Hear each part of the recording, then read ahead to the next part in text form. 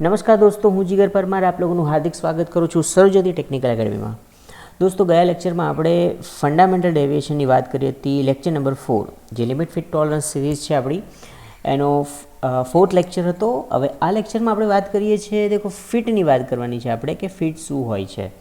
ઠીક છે, તો ફિટ જે છે એ હોય છે શું? તો ફિટ એક પ્રકારની અસેમ્બલ કન્ડિશન હોય છે. શાની? તો fit is the assemble condition કોની?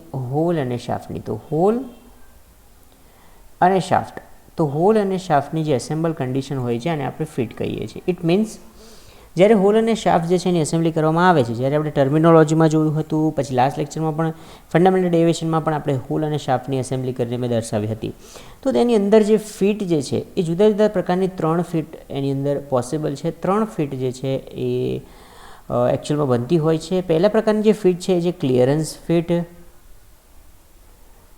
ક્લિયરન્સ ફિટ જે છે. ત્યારબાદ બીજી ફિટ છે ઇન્ટરફરન્સ ફિટ, અને ઇન્ટરફરન્સ ફિટ પછી ત્રીજા નંબરની જે ફિટ આવે છે એ છે ટ્રાન્ઝિશન ફિટ.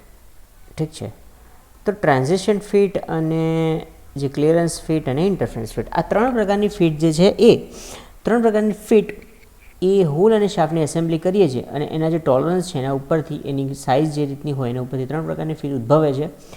તો એકચ્યુઅલી વસ્તુ શું છે?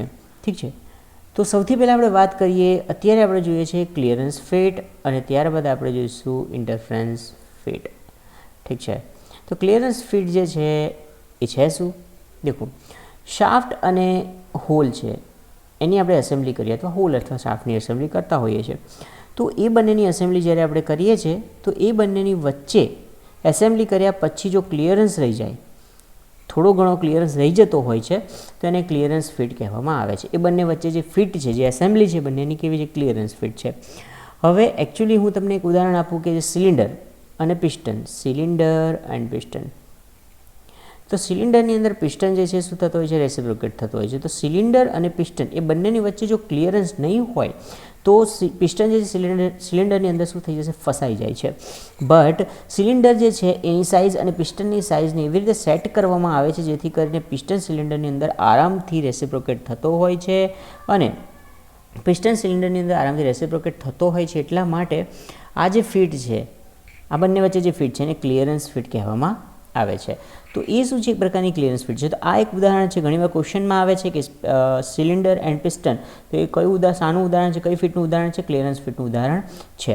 ઓકે, તો આપણે લોકોએ જોવાની છે કે એની કન્ડિશન કે ક્લિયરન્સ ફિટ જે છે એ કેવી રીતે ફોર્મ થાય છે. ઠીક છે, તો સૌથી પહેલાં આપણે લોકો જે છે એ એની કન્ડિશન જોઈશું કે કન્ડિશન કે ક્લિયરન્સ ફિટ જે છે કયા કેસમાં ક્લિયરન્સ ફિટ કહી શકો તમે. ઠીક છે, આપણે સૌ જાણીએ છીએ કે હોલ અને શાફ્ટ છે એની વચ્ચે જો ક્લિયરન્સ હોય તો એને ક્લિયરન્સ ફિટ કહીએ છીએ. હવે સિમ્પલ શું એક ઉદાહરણ આપું છું. આપણે એક હોલ ડ્રો કરી રહ્યા છે અને એ હોલ જે છે એની અંદર એક શાફ્ટને આપણે એસેમ્બલ કરીશું. હોલની અંદર શાફ્ટને એસેમ્બલ કર્યા પછી ક્લિયરન્સ રહી જતો હોય તો આપણે એને ક્લિયરન્સ ફિટ કહીએ છીએ. પણ તેમ છતાં એની અંદર અમુક કોન્સિક્વન્સીસ હોય છે, તો એ કોન્સિક્વન્સીસ આપણે જોવાના છે. જેમ કે અત્યારે હાલ મેં હોલ ડ્રો કર્યો છે, હવે હું શાફ્ટ ડ્રો કરી રહ્યો છું. આ જે છે સિમ્પલ એને તમે શાફ્ટ કહી શકો. ઓકે, ટોલરન્સ ઝોન દર્શાવી દઈએ બંનેના. આ છે, માની લો કે ટોલરન્સ ઝોન છે, આ ટોલરન્સ છે, એની લિમિટ છે, અને આ એનો ટોલરન્સ ઝોન છે. સેમ આ કેસમાં પણ, શાફ્ટના કેસમાં અને હોલના કેસમાં. ઠીક છે, દેખો અહીંયા આ જે છે એ શું છે? હોલ છે. આ શું છે? શાફ્ટ છે.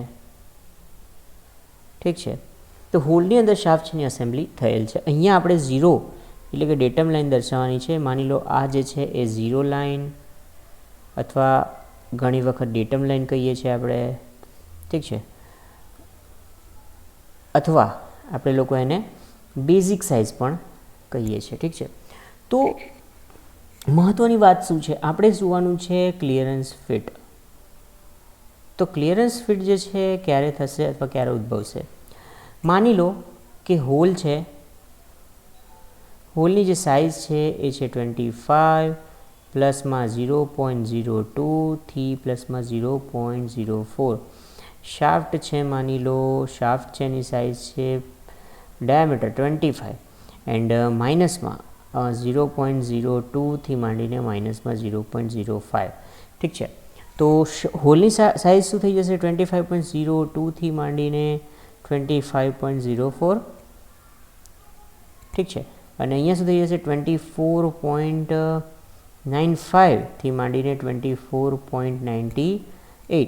ઇટ મીન્સ અહીંયા આપણે સાઇઝને જરાક દર્શાવીએ તો સાઇઝને સાઇઝને કેવી રીતે દર્શાવીએ? દેખો, આ સાઇઝ થઈ જશે મારી અહીંયા 25.02 અને આ સાઇઝ જે છે એ થઈ જશે 25.04.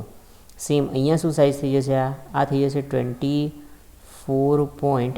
અહીંયા મેં સેમ સાઇઝ લખી દીધી છે, ઇટ્સ અ મિસ્ટેક. 24.95થી 24.98. તો અહીંયા થઈ જશે 24.95 અને આ સાઇઝ જે છે એ છે 24.98. ઠીક છે, તો અગેન ઇટ્સ અ મિસ્ટેક. 24.98 અહીંયા અને 24.95 અહીંયા. I am really sorry for this. શાફ્ટની અંદર તમારે એ વાત ધ્યાન રાખવાની છે ખાસ કે આપણે સાઇઝ અહીંયાથી ગણીએ છીએ. ઇટ મીન્સ મોટી જે સાઇઝ છે આ થઈ જશે અપર લિમિટ 24.98 એન્ડ 24.95. એટલે આ જે છે એ સાઇઝ 24.95 અને આ જે સાઇઝ છે એ થઈ ગઈ 24.98. ઠીક છે, ક્લિયરન્સ ફિટ એની કન્ડિશન હવે આપણે જોઈએ. દેખો, ક્લિયરન્સ ફિટ થવા માટે માની લો કે જ્યારે મેન્યુફેક્ચરિંગ કરીએ છીએ આપણે, તો જ્યારે બી આપણે મેન્યુફેક્ચરિંગ કરીશું, હોલ બનાવીશું અને શાફ્ટ બનાવીશું, તો હોલની જે સાઇઝ છે, તો હોલની સાઇઝ જ્યારે મેન્યુફેક્ચરિંગ કરવામાં આવે છે તો પોસિબલ છે કે હોલની સાઇઝ 25.02થી 25.04ની વચ્ચે બની શકે છે. બટ આપણે એવું માની લઈએ કે એની સાઇઝ છે એ 25.02 બની. 25.02 એટલે સૌથી મિનિમમ સાઇઝ છે, એટલે હોલ નાનામાં નાનો બન્યો છે. અને શાફ્ટ જે છે એની જ્યારે મેન્યુફેક્ચરિંગ કરવામાં આવે તો શાફ્ટ જે છે એને આપણે મશીનિંગ કરીશું એટલે એની સાઇઝ ઘટાડીશું. તો માની લો કે શાફ્ટ મોટામાં મોટી સાઇઝ એટલે 24.98 બની ગયો છે. આ શું છે? Upper limit. અપર લિમિટ છે શાફ્ટની અને આ શું છે?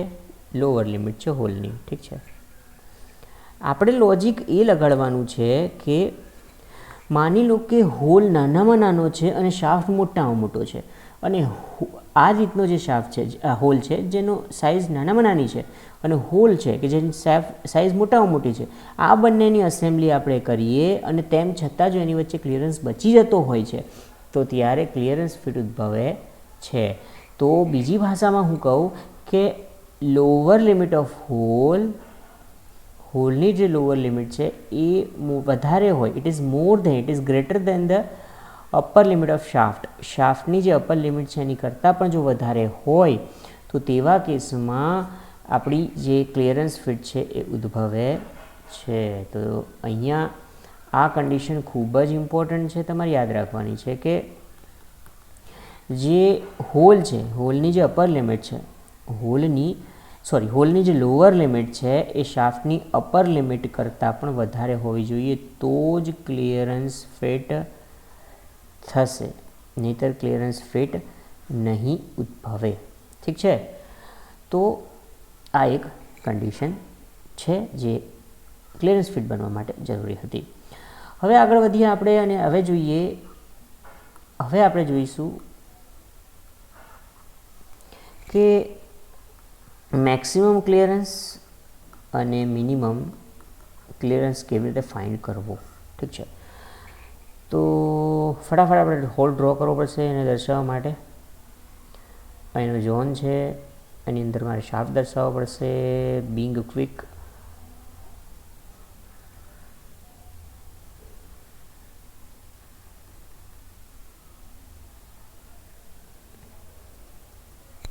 ઓકે, હોલ શાફ્ટ તમે સમજી શકો છો હવે કયું છે, ઠીક છે.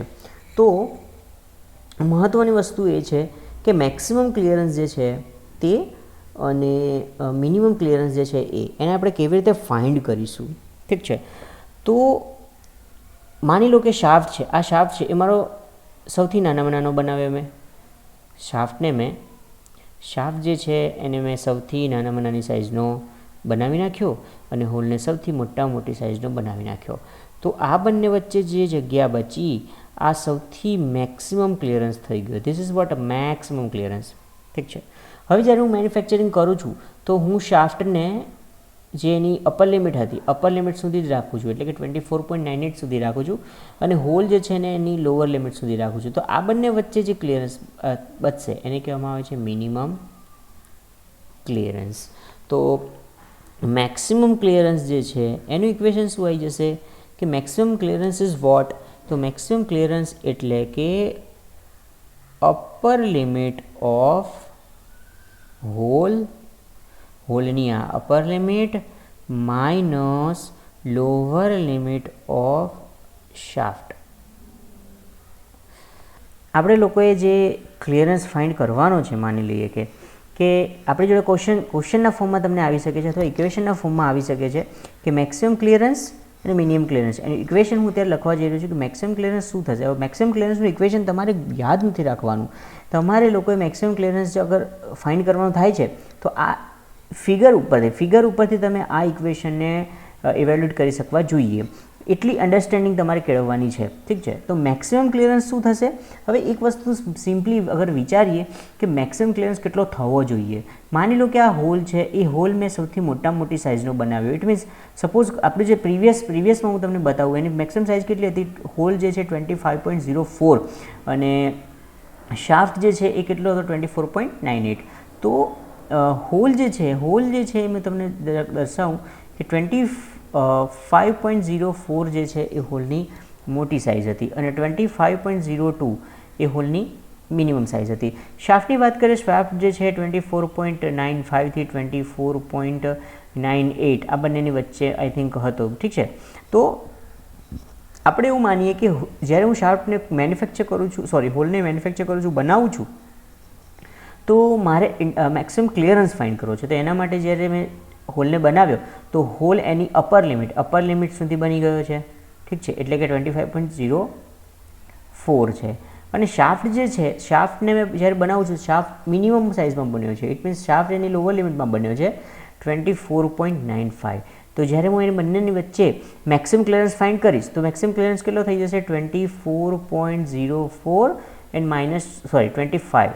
This is what 25.04 and minus 24.95. તો આ બંનેનું જ્યારે આપણે સબસ્ટ્રેક્શન કરશું તો 0.09 આટલો જ આ બંને વચ્ચે આટલો શું આવશે મેક્સિમમ ક્લિયરન્સ આવશે.